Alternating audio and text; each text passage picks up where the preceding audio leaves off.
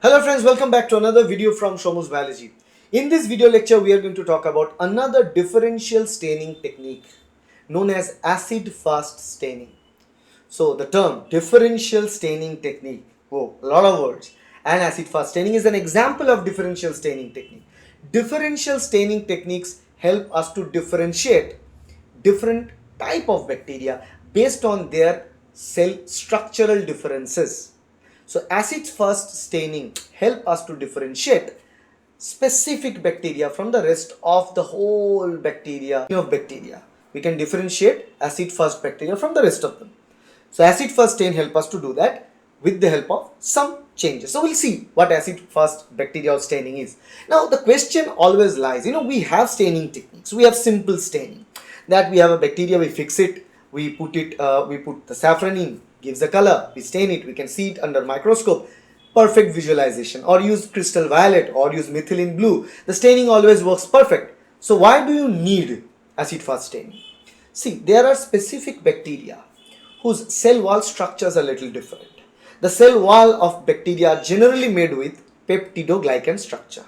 And peptidoglycan is made with what? Carbohydrates and amino acids. That's what make peptidoglycan. If you want to know what peptidoglycan is, what is the structure of peptidoglycan in details, we have a video on this channel, you can watch it. Now, that peptidoglycan layer is made with sugar as well as amino acids, right? But in some bacteria, the cell wall is lipid rich. Although the lipid is present in some bacteria, gram-positive, and the lipids are there, but in very less amount. But in some bacterial species, the lipid content in the cell wall is huge. And due to very high lipid content in cell wall, general stains or general all-purpose stain that we use cannot stain them properly. Because the stains that we use are generally aqueous in nature. That means they are polar, hydrophilic in nature. But if the cell wall has more hydrophobic content in it, that is lipid content in it, then these aqueous stains find it difficult to go inside the bacteria without proper heat treatment.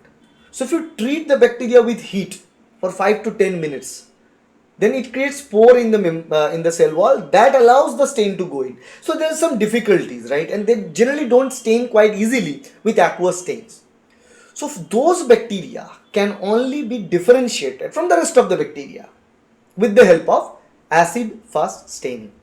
So after staining with acid-fast staining procedure, if the bacteria XYZ gets the color of acid-fast staining, then we can tell that XYZ bacteria has more lipid content in the cell wall. And if it has more lipid content in the cell wall, then they are going to generally have certain features which are listed. So for example, one kind of bacterial species get more of acid-fast staining is Mycobacterium species. Example, Mycobacterium tuberculosis.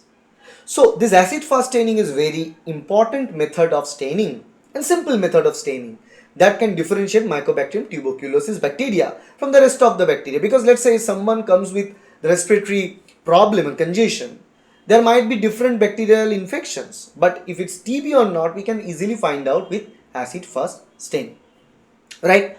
So let's move on to discussing about the acid-fast staining. First, I'll tell you exact practical procedure of acid-fast staining. Then I'll tell you the principle behind that acid-fast staining.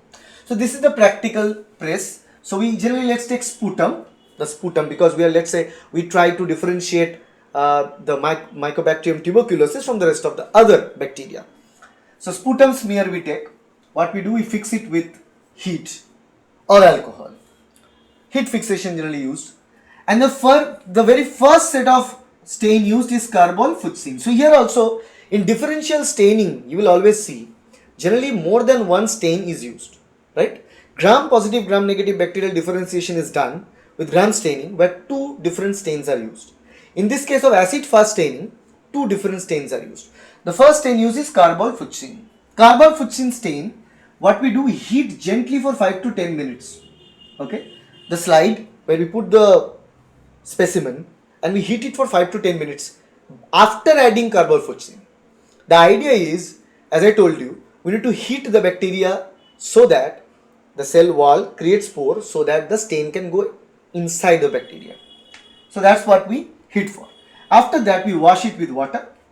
Then we add acid alcohol. Acid alcohol is added. Basically this acid alcohol is added to wash out the existing stain. Okay. And this washing is done with water. This is the washing stage. So you can compare this whole process with gram staining. You will find some similarity, not all but some similarities. Acid alcohol wash, which is a decolorizing agent in this case for the first time. After that, wash it with water. Then the second stain is added, that is methylene blue. Then washing, after that dry the slide and we see it under the microscope. Two stains are used, first carbol-fuchsin, second methylene blue. Okay, and they have their own color. Methylene blue, blue color, carbol-fuchsin, red color. This is what we know. Okay, now let's see the principle behind the process. Okay, let's see the principle. What the principle is. So here you can clearly see the difference. So let's imagine we have this two different bacteria. Okay, two bacteria. We don't know whether what is acid first positive, what is acid first negative. Okay. So we take two bacteria. At the very first is the unstained state. They are not stained at all. Then comes the very first set of staining with carbol-fuchsin. And both of them takes the color. Because when we add carbol-fuchsin, we also heat it 5 to 10 minutes. During this heating, the peptidoglycan layer has pore formation and the stain can take entry inside. So carbol-fuchsin stain is absorbed, stain is inside both the bacteria. Then what we do? Decolorizing agent is as added, that is acid alcohol is a decolorizing agent. Acid alcohol is added, and after adding acid alcohol, what we have here? Non-acid fast organisms, which are non-acid fast. Try to understand, non-acid fast organisms. They release the stain. Non-acid fast organisms release the stain, but the acid fast organisms don't release the stain. That's the difference. Because at this point, even if we use acid alcohol, if you look at the structure of acid fast bacterial cell wall and non-acid fast bacterial cell wall, you'll see the difference. The acid fast bacterial cell wall are much constricted because they have more lipid content.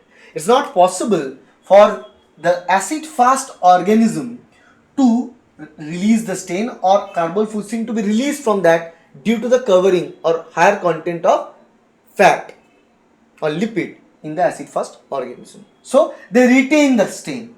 On the other hand, the non-acid fast organism fail to retain the stain. They release the stain because they don't have higher lipid content in their cell wall. So they release the stain. After this step comes the third step and the second stain, and that is methylene blue here. The second stain is methylene blue. Methylene blue is absorbed again. Who will take methylene blue? The one without the stain, that is the non-acid fast one.